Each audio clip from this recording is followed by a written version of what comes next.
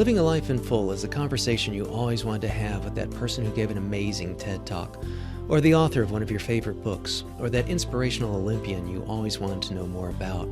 It's graduate-level conversations with those making a difference in the world and in the lives of others. This show brings you new ideas and approaches so that you can live a life in full. I'm your host, Dr. Chris Stout, and I hope you enjoy this episode.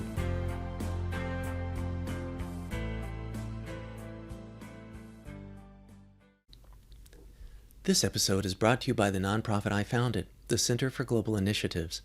The Center is an all-volunteer organization, so there are no salaries, and thus all tax-deductible donations can go to the work. While our key country partner is in Tanzania, our work is global and generally focused in the areas of education and healthcare.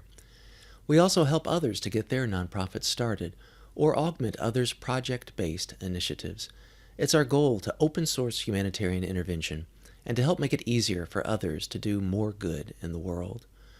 We are proud to have been ranked a great nonprofit every year since 2011 and to have achieved a platinum-level rating by GuideStar.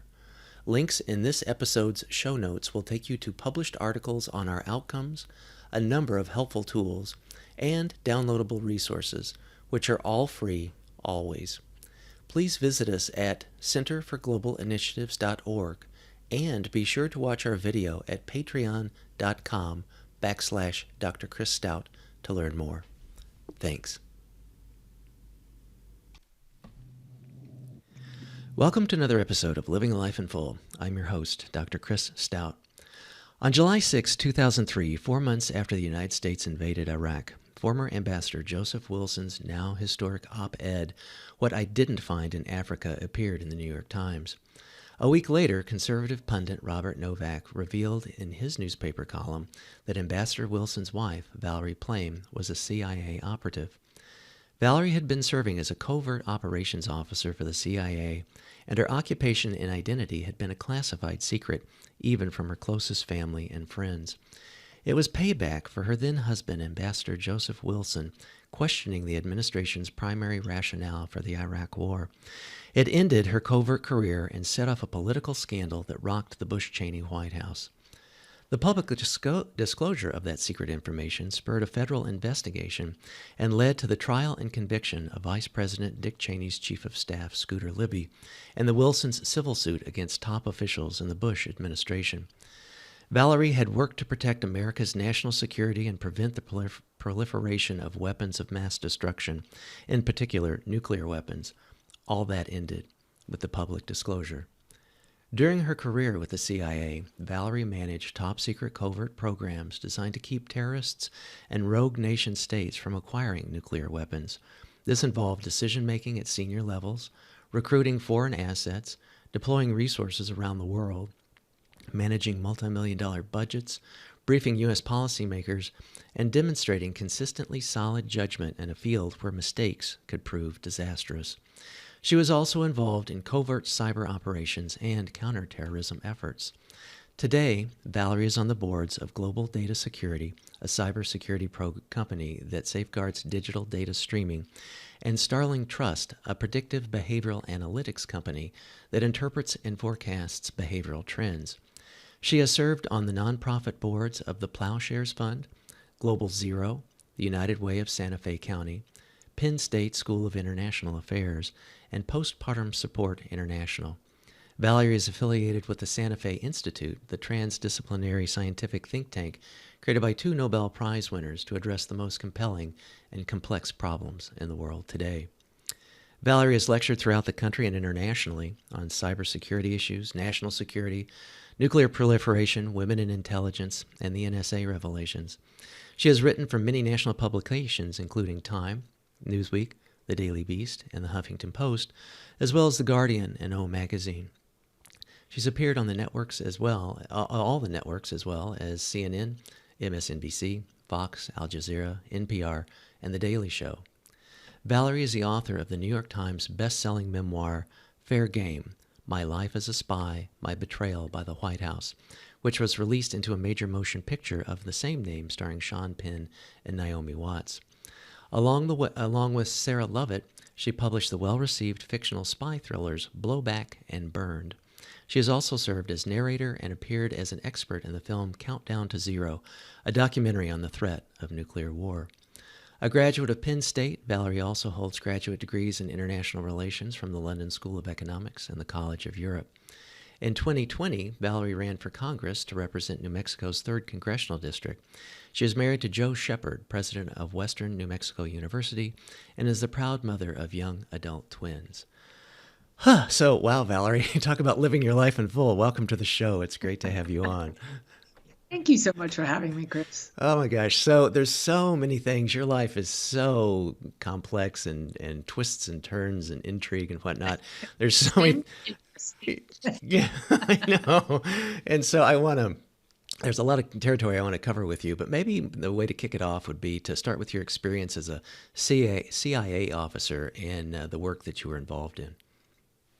Of course. So I started very young. It's not like I grew up thinking that I wanted to join the CIA, but I did come from a family that valued public service. My dad was an Air Force officer and served in World War II, and my brother fought in Vietnam and was wounded. My mother was a public school teacher. So when I got this opportunity, I was excited to serve my country in what seemed to be a really interesting and fascinating way, even though trust me, I had no idea what I was getting myself into. And over time, I was sent overseas. I went through all the training, and it turned out I was good at it. And I went overseas, and over time, I developed my expertise in nuclear counterproliferation, which is essentially making sure that bad guys, terrorists, black market dealers, rogue nations do not get a nuclear capability. Mm-hmm.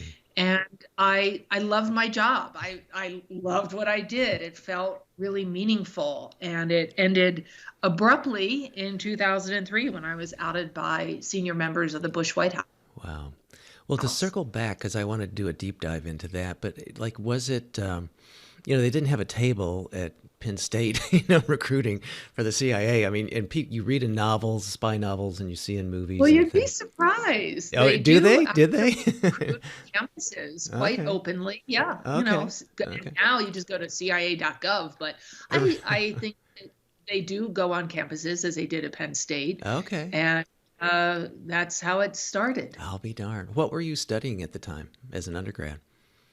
I was doing journalism. I did a minor in German and international relations, I think, something like that. It's like 1,000 years ago.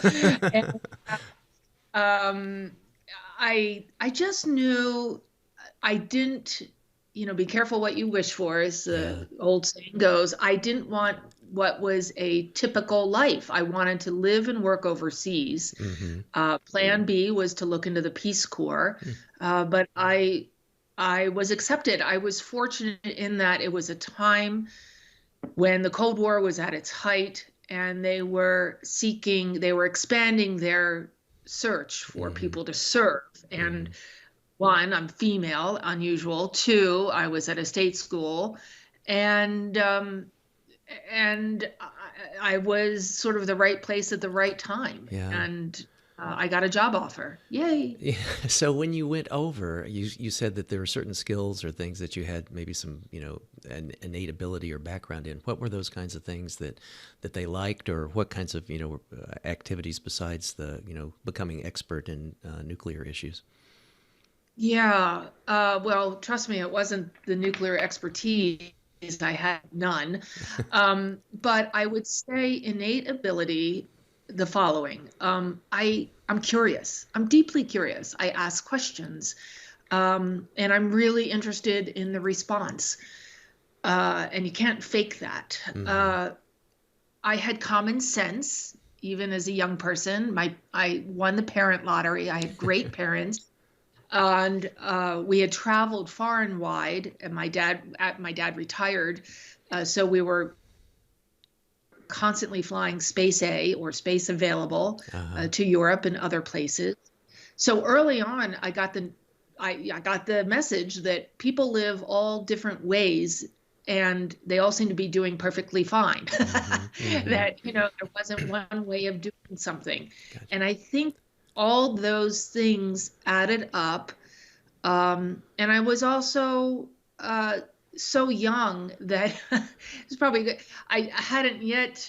I mean, I just kind of kept my mouth shut, if you will, and paid attention, right? I wasn't trying to be. There were a couple older guys in our group that had done military, they had served in the military, and they were a little arrogant, a little more, I got this, and I did not have that confidence, but I just paid attention.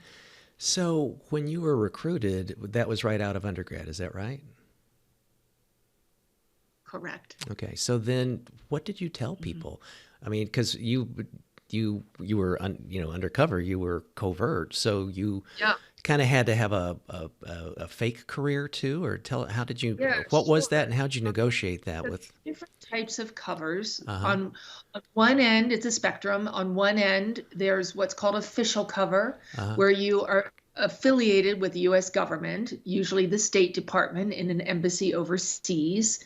And at the other end of the spectrum, you're under non-official cover, where you're working for, like Acme Storm Door Company, and you have no affiliation with the government, and those are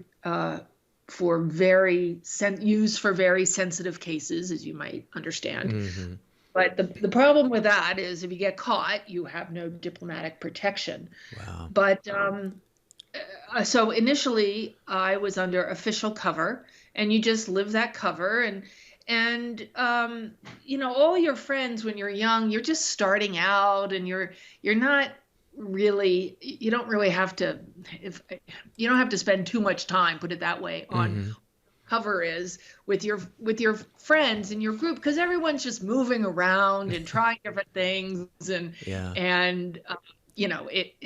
but over time my cover changed, and I ultimately did some non-official cover work as well. Okay. And where do kids start to come into this mix? The twins? Not until much later. Okay. It was very clear to me that I was immature in a lot of ways, mature in others, but I knew one thing for sure is I was not, I wanted children very badly, but far, far in the future. Yeah. So I delayed as long as I possibly could. Of course, you need to find the right person. And I did in Joe Wilson, and I didn't have my twins until I was 36. Okay. So I was well into my career. Gotcha. Yeah, because I think, and we'll circle back and talk about family and stuff too, but I think, when we first met at the Renaissance Weekend, our kids kind of hung out together.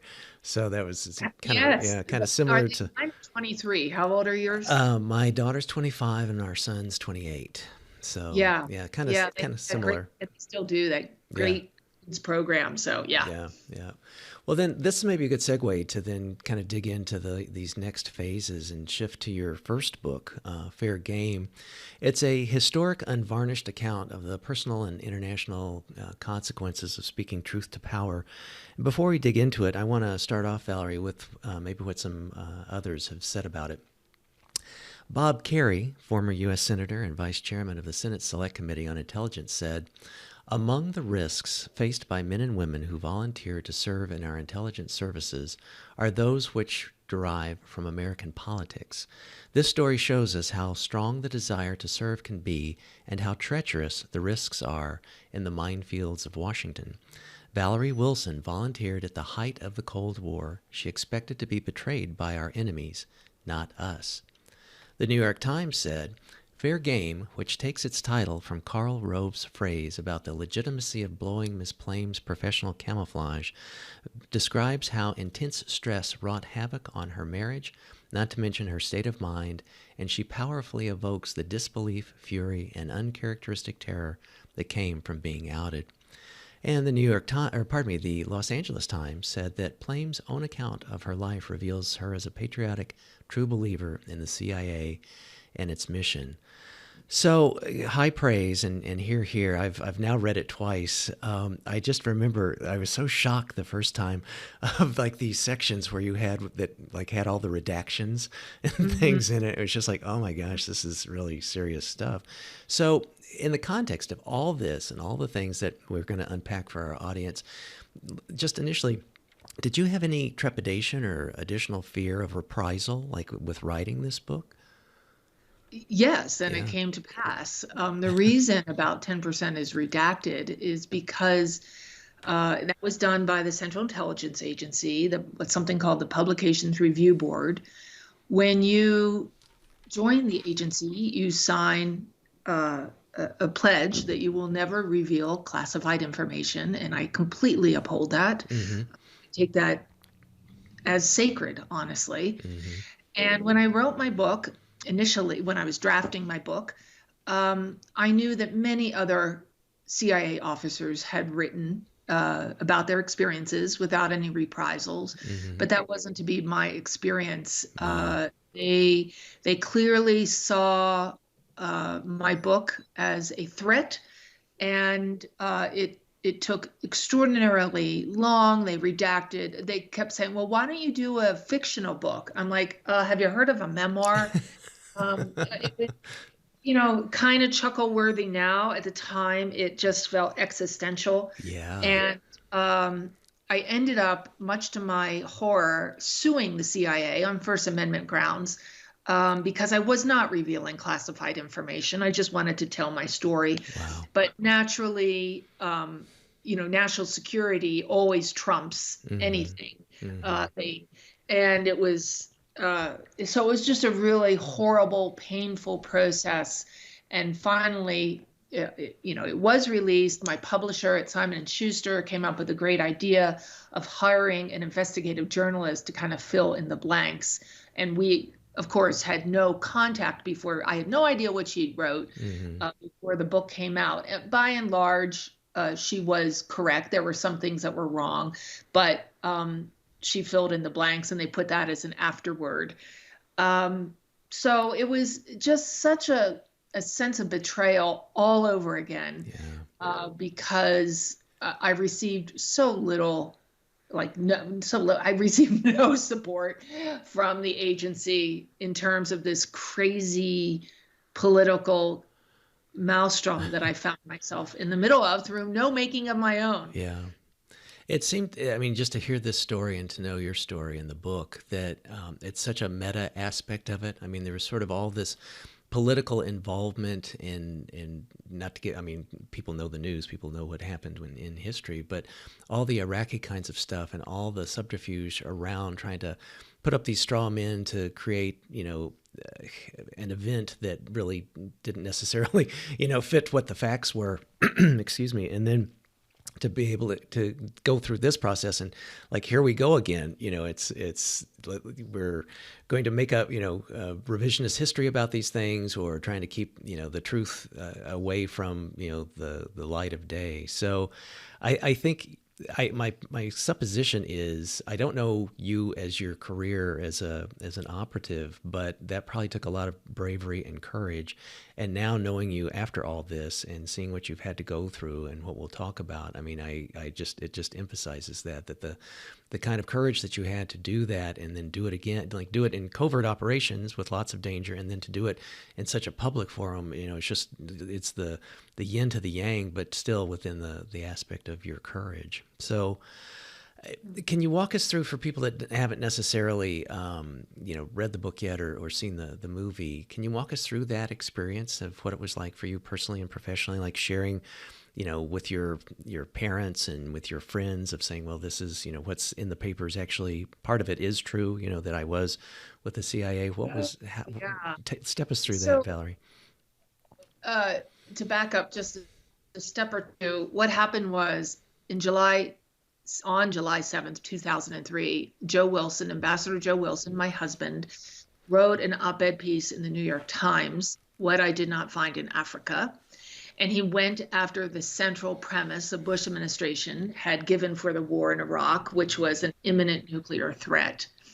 And Joe wrote in a very sober way, look, I know that's not true, because the year before he had been sent by the Vice President's office to investigate these reports of yellowcake uranium, which is used to be enriched for a nuclear explosion, highly enriched uranium.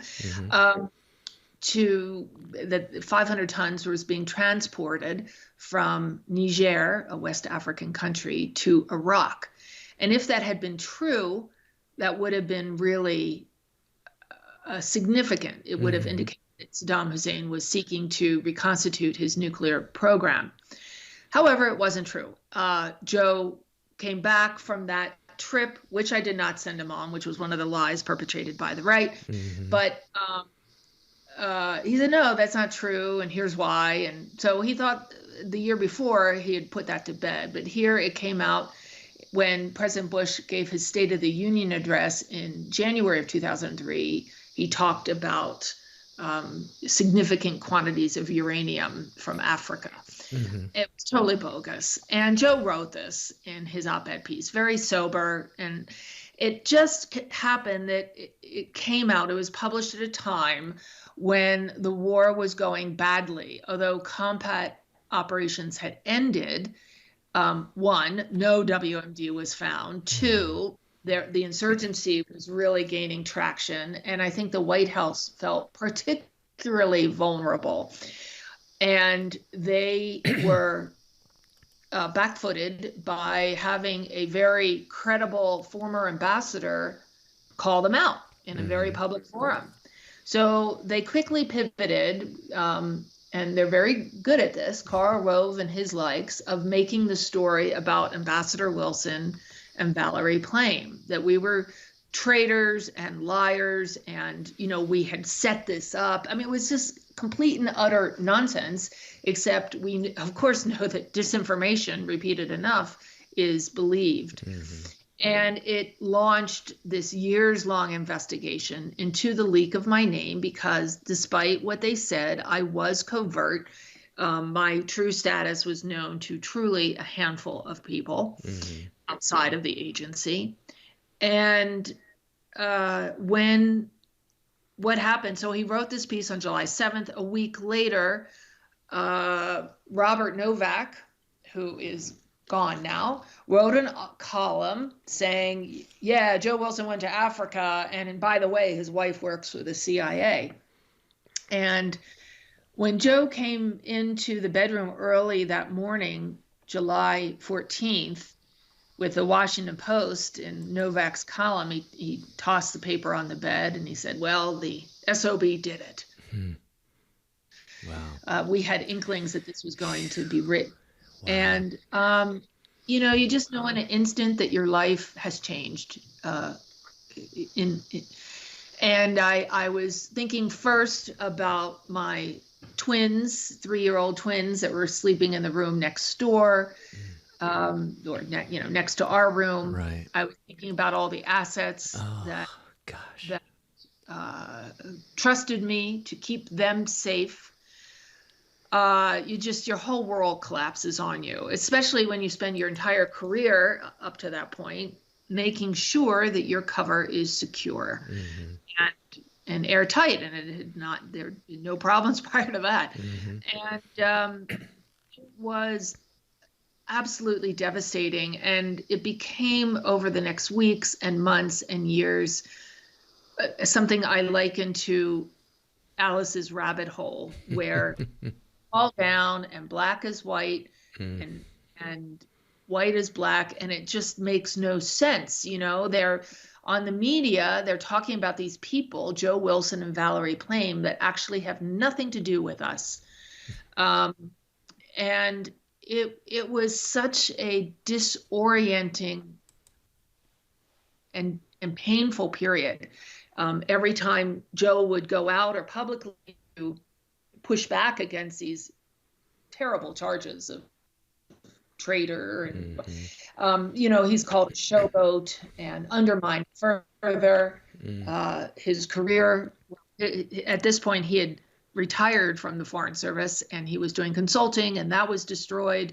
My career as a covert operations officer was destroyed, and it was just an extraordinarily painful period. Wow, gosh. Well, Again, I just tip my hat to the courage and the grit that you had to go through that with your relationship with your families, because I'm sure, those had all kinds of weird twists and issues of, trust and whatnot. So uh, just, I had, for a number of years, I actually also worked in the area of counterterrorism and did some writing and presenting and whatnot and some consulting myself. And I came across at a conference, the Madrid 11 conference some years ago after the bombings there. And I had a conversation with Jessica Stern. I don't know if you know her, but she served as an advisor. Kind of her job, I don't know if it still is the case, but she was like sort of in charge of keeping track of where a lot of nuclear material winds up. And a lot of it, from appropriate purposes like medical uses with nuclear medicine and things, and other stuff. But she, because of that expertise, she was served as an advisor and a bit of a model for the Nicole Kidman character in the movie Peacemaker. So, which is all kind of interesting. We had fun conversations about that. But then for you, when your book became the basis for a major motion picture, it was then actually you being portrayed. And was it like, again, this Alice in Wonderland thing saying like, well, here's this person on the screen, but gosh, that's actually me? Or what was that process like to work with them and then to actually see the movie come out? So bizarre. I bet. It's an out of body experience. I never wanted to be a public person, and Yeah. I just, on one hand, I was happy to get the story out. On the other hand, it was just sort of mortifying to be so public. And fortunately, the film is not silly or foolish. Yeah. I think it's a good film. I agree. It tells the essential truth of what happened. And we worked with the writers closely, Jez and John Henry Butterworth. And it was just it was fun, but it was also, it just felt, it was disorienting is the best way to put it. Yeah. Well, to move from covert operations to the major motion picture screen, Valerie, I mean, talk about being a private person to not being a private person. That's about 180 as you can get. I know. Gosh.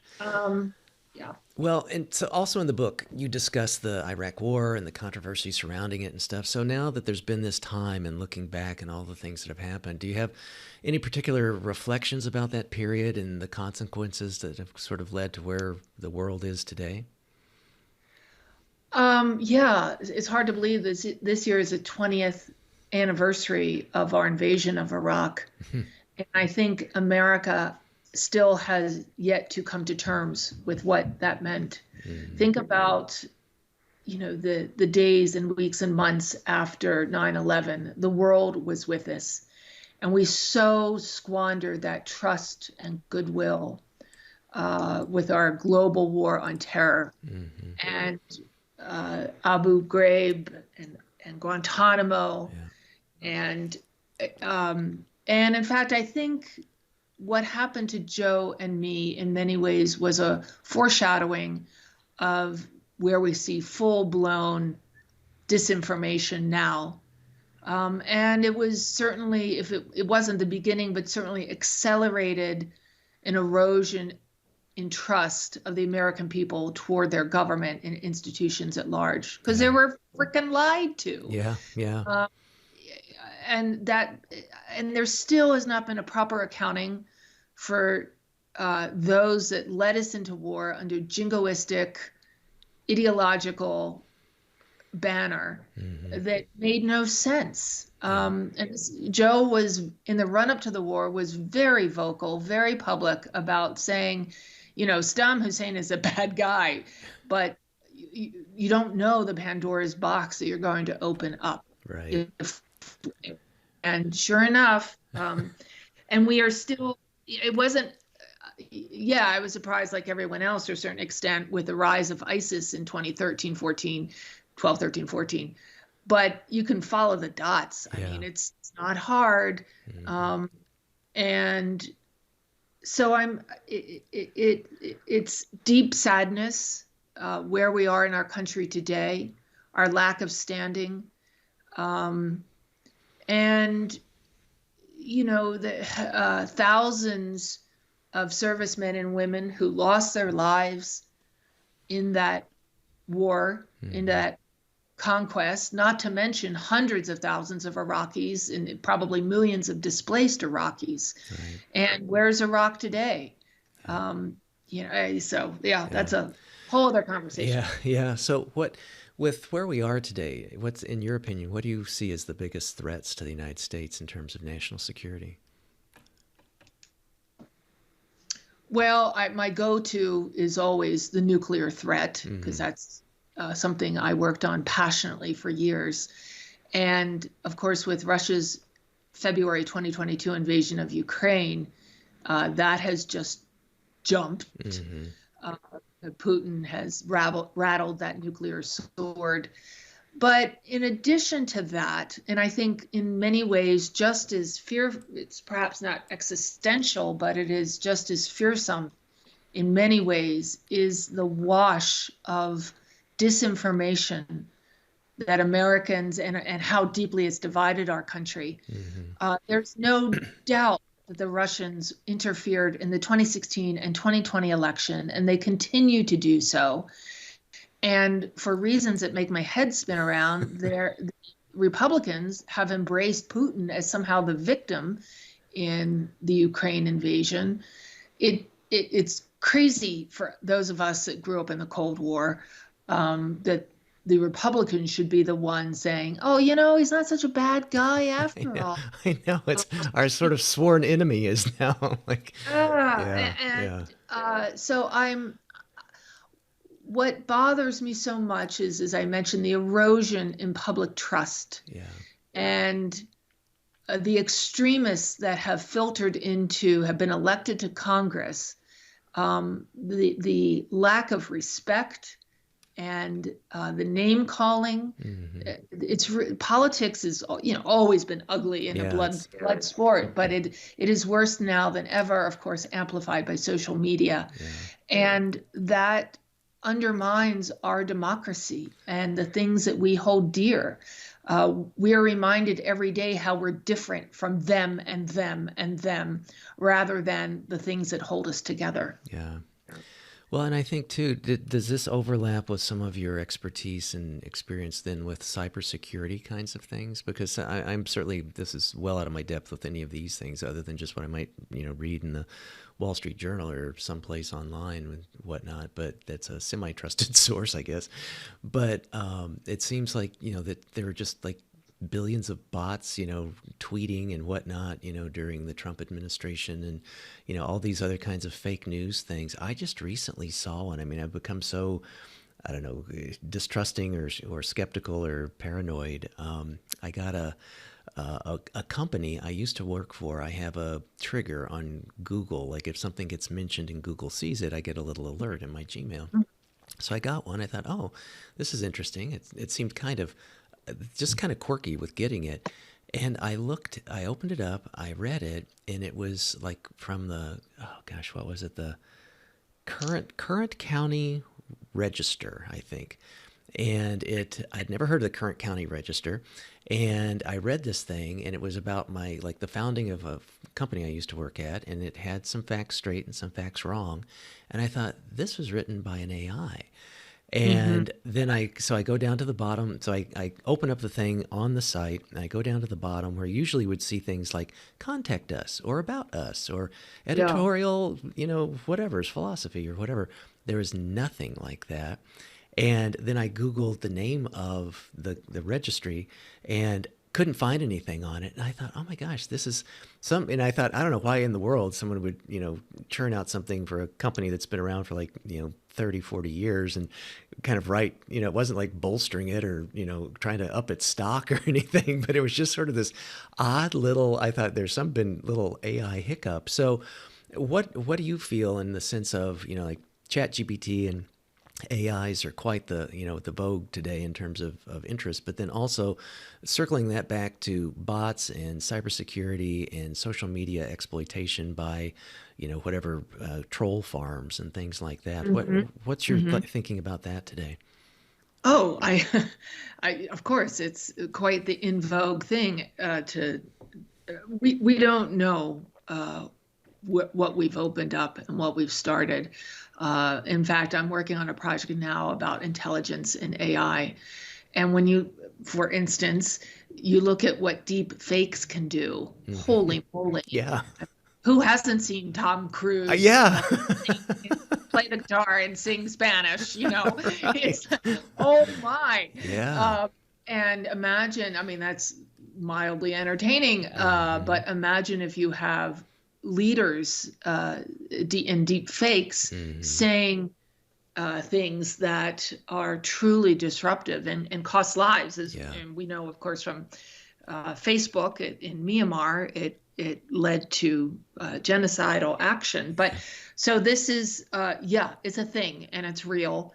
And the United States, we're still very slow off the mark in figuring it out, but Congress has completely abdicated their responsibility in trying to get their arms around tech because, well, for many reasons, one being the average age in the Senate is, they don't use social media. They have young staffers to do. They don't understand it.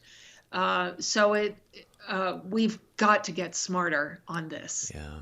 So in the context of that, do you have an opinion about what you see as maybe the most significant challenges that are faced by intelligence agencies these days with all these kinds of, nuclear, with deep fakes, with AI? It's just become so much harder. Yeah. So much harder. Are we doing a good job with it? I mean, I know all these kinds of things by definition are private and covert, but from any of the source, you've got your thumb on the pulse and a tremendous network from what you do with your conference of experts and people in these areas. But is there anything that's publicly available to know that we do have, the good news and bad news, like with NSA, you can be freaking terrified of the NSA, and you can be kind of sleep well at night thinking that, they're really monitoring everything and that's possible. So, where's the sweet spot with that of privacy rights versus, security and homeland security? That's right. And in fact, one of my speakers is tackling this. It's an entirely different intelligence battlefield now with AI, and it's all encompassing. And I know that my former colleagues are smart and these are true public servants, but it is a massive undertaking to try to get your arms around it and make sure that national security prevails. I don't mean to, I know that's sort of a general answer, but they're just working frantically at this. I know that. That's good. But that is good. But it has not helped. Those efforts are not being aided or supported by a divided Congress. Yeah. Well, circling back to you and your working at the CIA and the recruiting at CIA, one of the things you said was, being, a woman at the time and things were, a benefit probably to getting recruited. Do you have any opinions about the roles of what role gender diversity plays in the intelligence community, or beyond maybe the stereotypes? Yeah. The agency has tried and I think in a serious way, to bring in more diversity into their workforce, but old habits do die hard, and women are still underrepresented. And you can point out, but we had Gina Haspel as head of the CIA under Trump, but it is not pervasive, and it's my experience of being a woman in truly a man's world. It's you don't even know. They're smart. These are savvy people, and it's to use the phrase unconscious bias. You don't even know you're up at bat, and many of the good cases and the promotions go to men, people who look and remind older, those in power of themselves when they were young. Right. And so, yes, it will just the agency is like any other large organization, a law firm or corporate America. Women, as the great saying, Ginger Rogers dance as well as Fred, except backward and in high heels. That's still the same. Nothing That's has changed. great. Oh, that's good. Well, do you think there's been, I mean, I know you're out of that world per se directly, but do you feel like there's been any improvements or change? Not necessarily just with gender. I mean, gender's fine, but like in other ways of being more, I don't know, what, being better, having less, the kinds of things that you wrote about in your book of what your experience is like? Or is it more, really I don't know, is it, I'll tell you, this is not a very articulate way to put it, but it almost feels to me in a stereotypic kind of way of an entity more so like the KGB or something, more like, in my bias of maybe the old Soviet, kind of, do as we say, take your orders, something goes sideways, we don't know who, we're not going to support you, we're not going to have your back, we're not, we never were your wingmen, we're not going to start now kind of a thing. Do you think any of that stuff has changed? I don't know that you'd even have visibility to it, but... in some cases, yes. There's still a long ways to go. I was watching last night. I finally got around to watching the first couple episodes of The Diplomat with Kerry Russell. Oh yeah, yeah. Which is a good show.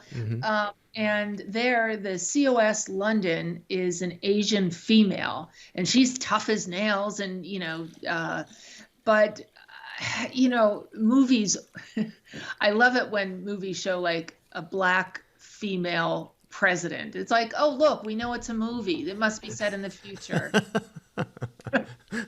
Right. Where's the laser beams and flying cars? No, right. I mean, yeah. It's just, that's, how it is. Yeah. Gotcha. Okay. Well, there's maybe some aspirational areas for the new recruits that come in. There's room for improvement. That's indeed. good. Okay. Gotcha. Yeah. Are there, so let's flip that question around. So are there any misconceptions from like the stereotypes of what people read about and see in the movies and stuff, or myths about the intelligence community that you can address or clarify? Oh, no question. A big one, of course, is using sexuality to using sex, not sexuality, using sex to recruit a source. That doesn't happen. It doesn't happen. Another one is using guns, which, who doesn't love a Jason Bourne movie, right? Sure, so yeah. fun. But I mean, this idea of being the lone wolf is false, because it always takes a team, always. And, you just don't do operations on your own. It's impossible. Yeah. And furthermore, you never collect intelligence with a gun in the room. Hello. So, it makes great TV. Yeah, and yeah. I loved Homeland like everyone else. But if you notice how Carrie Mathison was bipolar and slept indiscriminately, Right. people that she probably should not have. There's a difference between great TV and how intelligence really operates. Gotcha. Okay, good. That's that. I kind of thought so, but that's good to no contemporary Mataharis or anything like that. So that's good. No. Well, maybe circle back. I'm going to bounce around all over the place like I have been for this conversation so far. But back in the day, Alan Cranston had something called Abolition 2000, and I was involved with that in the late 90s. And it's sort of, I mean, just as I was doing research for you and on you and on your background, it just sort of harkened back to those times. And it just, to me, it sort of felt like, we share a common thread of, advocates for non-proliferation and disarmament. But where are we in 2023 versus Abolition 2000? I mean, Alan didn't realize that. That was a very, moonshot kind of project, let's call it. But how do we compare? How's the dial? Well, I'm afraid we've gone backwards. A lot of the guardrails that were put into place during the Cold War and subsequently have been removed. The New START treaty gone. Of course, we unilaterally withdrew under Trump from the Iran nuclear deal, which was working very well until we left. And it just it just is so painful for those of us who have been in this field for years to see, there's no joy in saying, I told you so. You really need to pay attention. Yeah. And so there's so much work to be done. There's two existential threats, the nuclear threat and climate change. Mm-hmm. And you're woefully behind in both of them. And they're both man-made. And the United States I would love to see the United States provide that much needed leadership worldwide to move forward on these in ways that benefit everyone. Yeah. My son and I saw Oppenheimer. Have you had a chance to see it yet? I have not, shamefully. No. It's a long movie. It's a commitment. No, I know. So... I live in a small rural town, and it's not here. Yeah. Well, I had to go drive to see it, so I hear you. I feel your pain, but just no spoilers for people. But one of the things that kind of just, and I was no Oppenheimer historian or expert or anything, but sort of the message of the movie, which I presume has a certain degree of truth to it, is that there was this thought that this is going to be so horrible. And it's going to be so, devastating, which it was, and on both counts, horrible and devastating, that no one would ever, want to do this again. And by towards the end of the movie, he has interactions with the president, and the president's just sort of, tells him that. I forget the exact wording, but it's something along the lines, Oppenheimer's feeling guilt, existential guilt about this, creating this bomb being the role that he played. And the president says, well, you didn't drop the bomb, I did. And, sort of has this prideful thing and sees, Oppenheimer as weak. And, and then Oppenheimer's attempt to be anti-proliferation and anti-nuclear weapons kind of a thing just, then became, sort of his Waterloo, too, of being, losing his security clearance and things along those lines. I mean, it's just like... here we go again. So tragic. Yeah. I read American Prometheus, which that's the story. Chris Nolan, the director, based the book on. I thought years ago, I thought that was great. Of course, I lived in Santa Fe for many years, and Los Alamos was up the road. So that's a big part of our history. And it just is a tragic tale, and it seems we've learned so little. Yeah. But once the genie is out of the bottle, so to speak, that's it. Getting that back in has been, or putting fencing around it. Ugh. Yeah. Well, and so with these kinds of things and with your advocacy, 3 years ago, as I mentioned in the intro, you ran for Congress. And I have to say, Valerie, I loved your promo videos. They were just awesome. I'm going to put them in the show notes because I want people to see them. Thank you. They are so awesome. So was it the advocacy bug that spurred you to run, or what was it like to campaign? Tell us about that. It's simple. I truly wanted to serve my country again because that one pathway had been closed, and I thought I would be good at the job. And I ran, and I'm glad I did. Maybe an itch I needed to scratch, but at the same time, I'm glad in a way I didn't win because it is such a circus. Oh gosh. And the aspect of having to raise money the day you get into office constantly is so distasteful to me. I mean, I know that's what you have to do, but I just find it, I'm not that person. I love policy and I love connecting with people. I don't love asking for money, and that's a big part of it. Yeah, gotcha. Well, I understand, but I'm glad the videos are still up on YouTube. So they're just... They were fun to make, I gotta say. I bet. So just kind of bouncing around again. So I talked about how, we first met at the Ambassador Lader's and his wife's Renaissance weekends, and our kids hung out together. Related to that sort of a thing, you've also been a vocal supporter and advocate around mental health issues, which my wife and I as psychologists very much appreciate and respect that. And in particular, you've also had a focus on postpartum depression. Can you share more about that? Yeah, happily. I experienced pretty severe postpartum depression after the birth of my twins in 2000. And honestly, for some months, I had no idea. I couldn't even put a name to it. I didn't know what was happening. At that time, few pregnancy books spoke about it. I mean, they talked about the blues, the post-pregnancy blues, and but it didn't describe what I did not have a psychotic break, but it had me on my knees. It was just so all encompassing. Gosh. And despite the fact I had two beautiful, healthy children, and so as a result of that, I finally did get help and I pulled out of it, but I turned around and wanted to help others. And it's something I care about deeply. It's a little better now, and when I think people, it's a constant battle to fight the stigma of mental health issues. And the thing is with postpartum depression, it's something that's easy to diagnose and relatively easy to treat. And so all this pain a lot of pain could be avoided.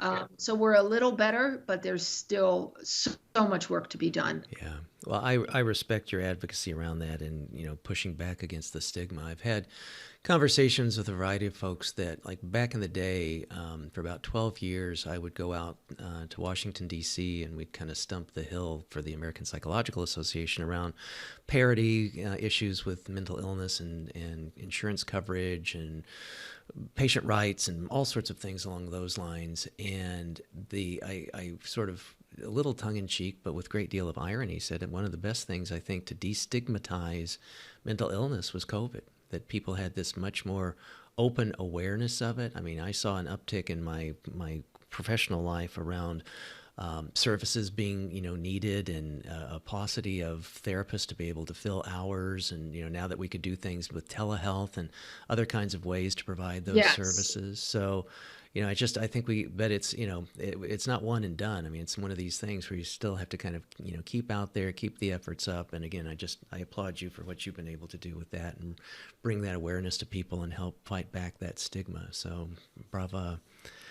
So, yeah, I would just add to that during the pandemic, during lockdown periods, telehealth became much more accessible nationwide, thank goodness.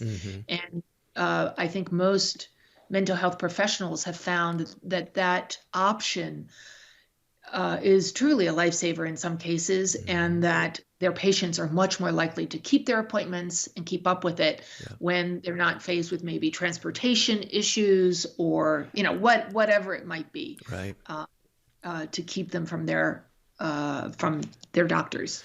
Yeah, and that's a really good point. I mean, just the practical aspects, not even stigma's an issue, but then in addition to that, it can be, well, I got to get a babysitter. How am I going to get a babysitter? That's going to be more cost. I can't afford my copay. I haven't met my deductible. Or I can't find parking. Or when I drive downtown, it's a 45-minute drive each way, and it's $20 to park. All those things became not issues, So I think, those kinds of things are terrific. I will tell you, I don't know that this necessarily show up on your radar, but it has on mine, that a lot of the big insurers that would all be kind of household name brands gave kind of they used to have a lesser, when you go see any kind of healthcare provider, they bill by virtue of what's called a CPT code. And regular office visits had let's call it $150 office visit. But if you did it telehealth, it might be $75 to the clinician. So there's always this kind of disincentive to do that. So a number of the insurers bumped it up and made it equal, just because, we're not looking at each other, in the same airspace. We're still looking at each other. It's not over the telephone or whatever. And now there's now this pullback. Some of the insurers are saying, well, now, I think that it's passed. And, they're just, and it's, again, now it becomes another advocacy issue. We've got to let people know to say, hey, this just isn't right. It worked. It was helpful. Just because you guys don't want to pay, the same price for something that you used to give a discount for, isn't, equitable to the people that need it, nor the people that provide that care. So that's it for my editorial today, Valerie. So no, I sign up completely. Yeah. So all the stuff we've been talking about, in addition to all this, you are the author with Sarah Lovett of 2 spy novels, Blowback and Burned. And they focus on this kind of a cat and mouse, and this is going to be a real surprise for folks probably, a female covert CIA operative and a terrorist arms dealer. Tell us about how this came about, and I'm just a real writing nerd. So, what's your writing process, and what was it like to put those novels together? I wanted, well, like the agency kept encouraging me, write fiction. So you can write a lot more in fiction. I did. That is not, it will pass muster with the agency because it's fictionalized. I enjoyed it. My publisher teamed me up with Sarah because she was a thriller writer and she understood about pacing and so that was very helpful. I bet. And I'm woefully behind. I've been meaning to write the 3rd in this trilogy of Vanessa Pearson, and I have failed to do so. But I'm trying to just make the space and the time to do that. All this, everything in those 2 books about the agency and places and relationships and people all come from real life and infused with my experiences with the nuclear. That is very cool.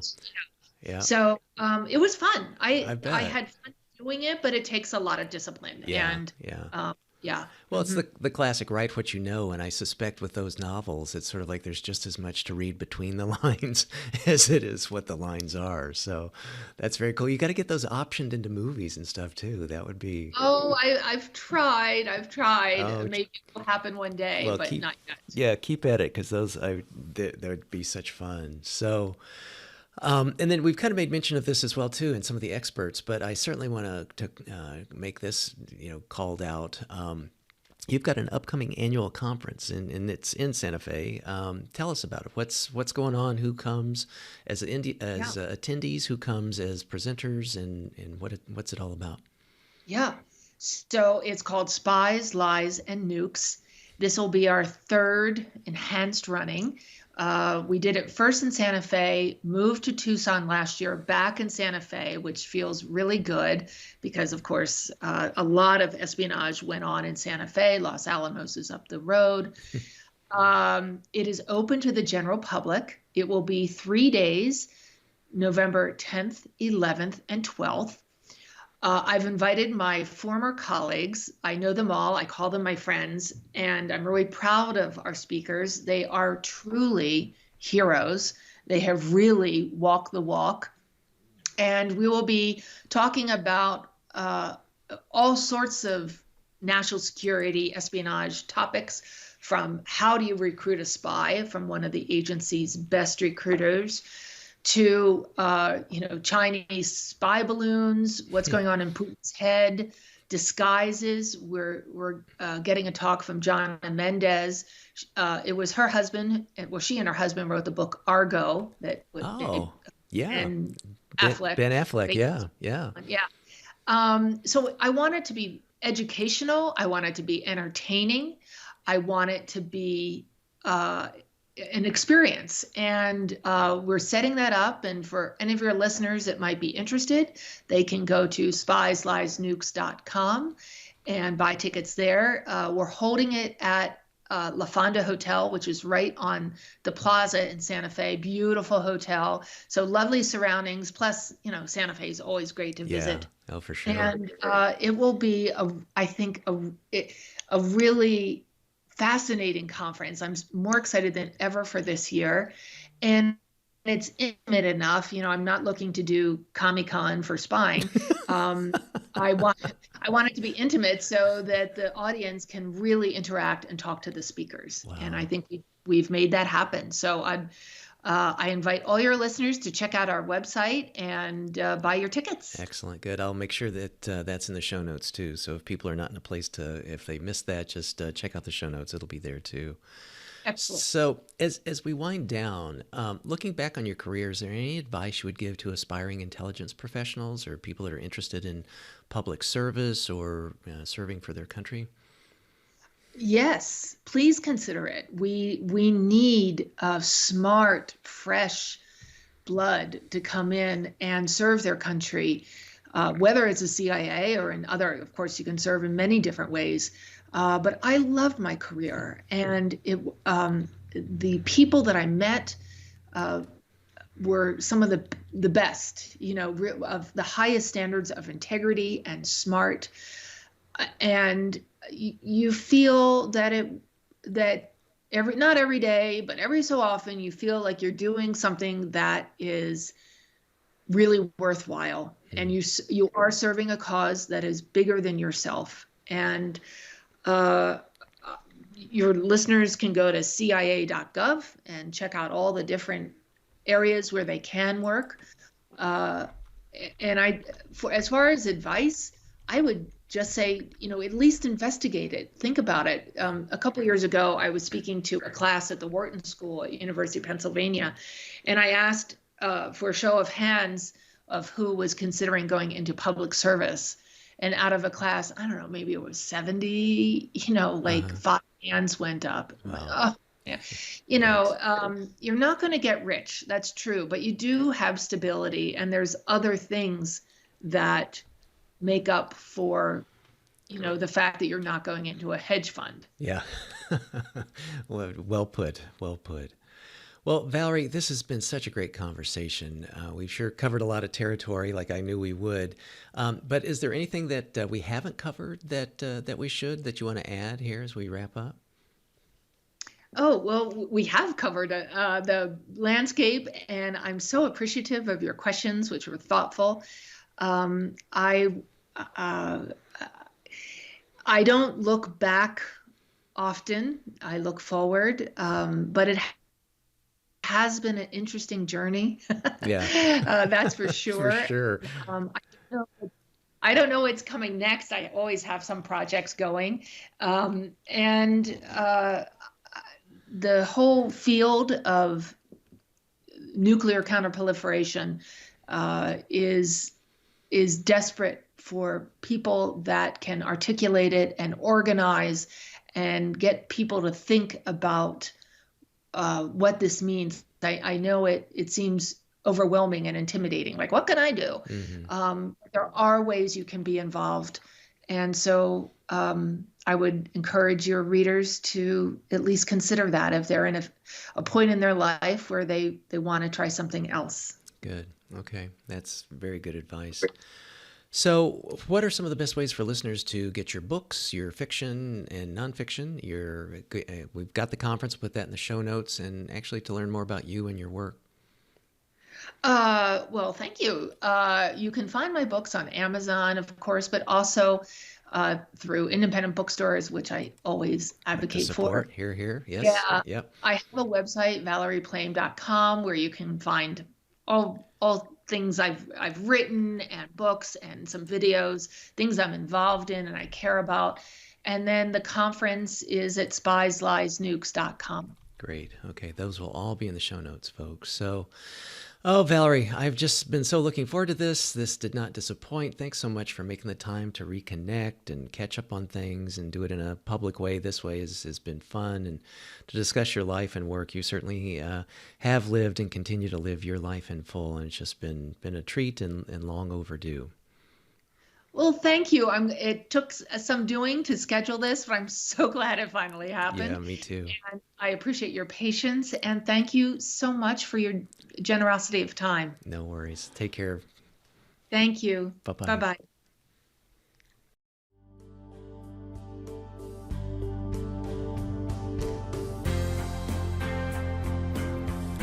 Living a Life in Full is a production of Stout Media, a subsidiary of Gordian Knot, LLC. Assistant producer, Gracie Wong.